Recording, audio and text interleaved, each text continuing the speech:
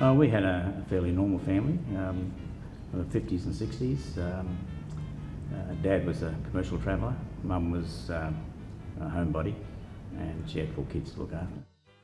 Growing up in the Hebden household was pretty special. We had lovely parents who not only loved us 4 kids, but they really respected us and backed us on whatever we wanted to do. They were there to help.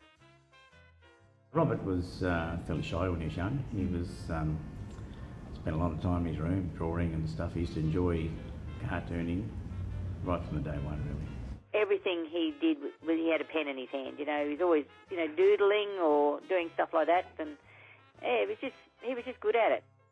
I remember him cutting out a coupon in a Pix magazine, sending away for a correspondence course on cartooning. That was a 6-month course, but that's pretty much the only training he had in that field. I can remember, but he did do an animated movie, a very small one, and he had it filmed on 16mm film. And when I was visiting once, I took him and Dad down to Sydney to the Hanna-Barbera studios, and they were quite impressed with his work and actually offered him a job. Well, he pondered about it, but I think he got talked out about leaving town because he was still pretty young, and he would have had to drop a few bob in pay, so he declined. You have to wonder where he would have gone with Hanna-Barbera. I mean, he's as good as any I've seen, but personally, having known him for 42 years, I don't think he would have liked that life.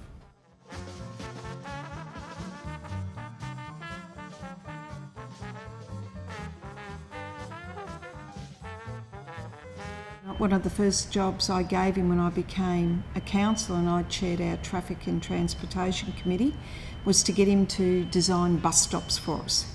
So not only did he do cartoons, he also designed the best bus stops in the city.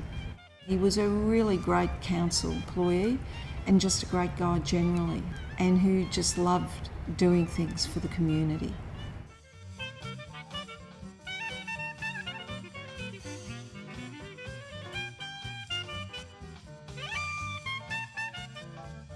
What he was doing for us at the Sun, he was doing cartoons. So what would happen is he would talk to the editor, Harry Bly, on the Monday night or Tuesday and say, what are we going to do a cartoon about this week? I think that 90% of the time he already knew, but he was just being nice. Let's have a talk about it, and I'll talk you around to what I want to do. We'd have little brainstorming sessions for cartoons, and there were weeks there, quiet news week, I'd say, Heb, the cupboard is bare, what have you got? And he said, leave it with me, and I tell you what, at the 11th hour, he always delivered. He would say, have you heard anything, going on locally? So a couple of times I said, oh, this and this, so we'd pull up out front of the Advertiser, which used to be Flinders Street down there, and he'd go, oh, that's a good idea, and he'd go bang. And that's how the cartoons come about. He'd leave it up until Tuesday and then send it straight to the bulletin, and it'd appear in the paper the next day. And it was really, every time it was really about something typical in Townsville. You'd never miss his page, because if there was something in the news, HEB would look at it in the most wonderful way that sometimes so many of us missed. And you'd look at it and say, oh, that's hilarious. He was politically incorrect a lot, but he never meant any harm. I don't think he ever hurt anybody's feelings or anything. He was very particular about his subject matter, and it had to be subject matter that had some meaning for him. So he wasn't just a cartoonist for hire, he was actually a cartoonist that had a fair bit to say if you really go back and have a look through his things. There was always something about it, but never meant to be malicious, never had a malicious bone in his body. His humour was very gentle. It could be sarcastic, it could be biting, but if you were featured in it, you never thought that it was nasty. He just didn't have I don't think he had a nasty bone in his body. He just had a knack. He had that capacity to sort of dial in on that prominent feature on prominent people in the community and really make them clever without being offensive.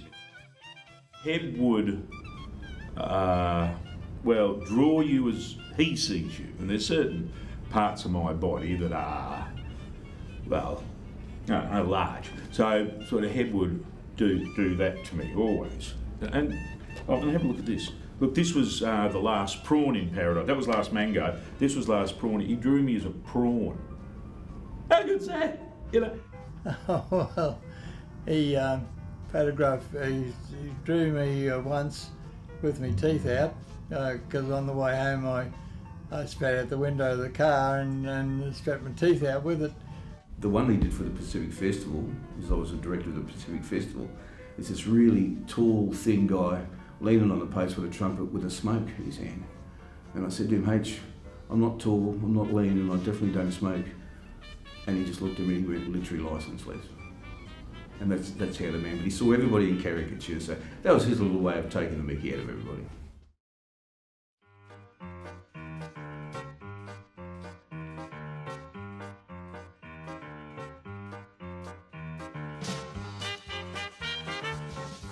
Heb's cartoons were all about Townsville.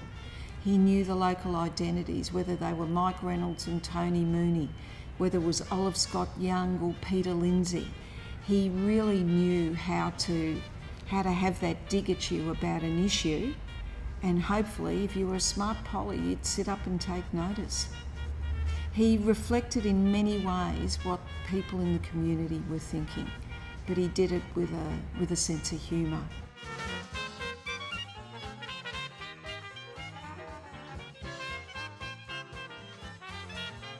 He played in a lot of bands around town, and big bands, and he was a founding member of the Pacific Mainstream Jazz Band, and that's been going for 40 odd years. You know, he was still playing in it when he passed away. As a band member, he was the drummer, and if I could just explain something, the band is driven by the drummer and the bass player. You know, they're the two guys that hold everything together.